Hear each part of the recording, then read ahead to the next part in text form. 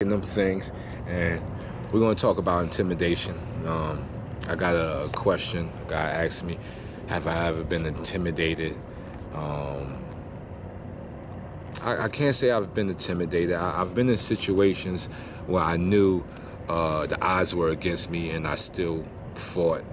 So I can't say I've been intimidated. I've been scared before. I've definitely went into certain fights, especially not knowing how to fight back in the day. Way before I understood how to fight, I was scared. You know, I went into a fight kind of scared. And even now, there can be some fear going into a fight because the unknown of not just what can happen to me, what can happen to him, what can happen to everybody involved can be a healthy fear. But intimidating, no. And if somebody's intimidating you, here are a few reasons why you shouldn't let that happen. One, intimidation is not real. It doesn't exist. There's the tangibility of it, even in the intangible form, is just not there. Like even in the intangible form, we don't see gravity. We don't, can't touch it. But if you jump off a building, you will feel its power. Intimidation doesn't have that.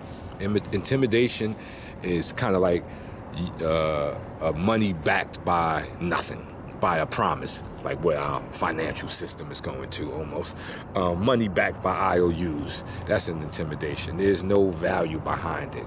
There's nothing backing it to make it real. If somebody's kidnapped your family and they're telling you, to get your family member back, we want this money, that's extortion. They already have something of yours. But if somebody has nothing of yours and they walk up to you and say something as if you should be scared of me, that is backed by nothing. That is backed by his fear. His fear backs that statement. Most people, who intimidate you are backed by hardcore, uncut, the raw fear. And what they do is they deflect and they push out this fear. They reflect off of themselves. They try to reflect this fear on you to get you to feel how they're feeling, because they can see, they can feel and see that you are not feeling how they're feeling. You're not that scared. Even though you may have a healthy fear, you can be in a situation where you just went to jail for the first time.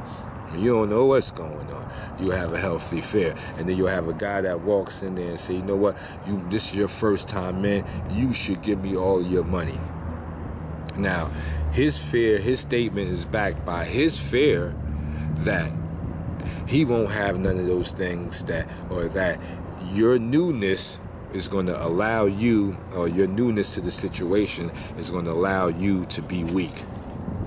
So, intimidation has no grounds, it has no roots, has no intangible tangibles or tangible intangible. It has nothing of that.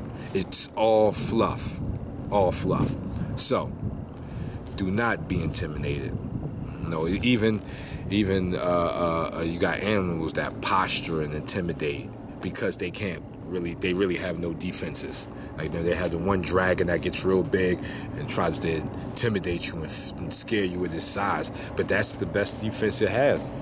The lion doesn't intimidate you, it just rips you in half. You don't have to be intimidated by the lion. You will be intimidated by the work he does on you. But you don't have to be intimidated by him, because guess what's going to happen? He's still going to rip you apart. So if it's going to happen, it's going to happen. No intimidation is going to stop, what's going to happen if that's what's supposed to happen. So people, when you're faced with intimidation, look at it as if you're looking through a mirror that's been perfectly shined and you can't even see that this mirror is there. Or not even a mirror, a window or a glass. Correct that the glass is so clean that you can't even see it's there. Treat intimidation the same way. It's not even there, so you can't see it. It's your boy.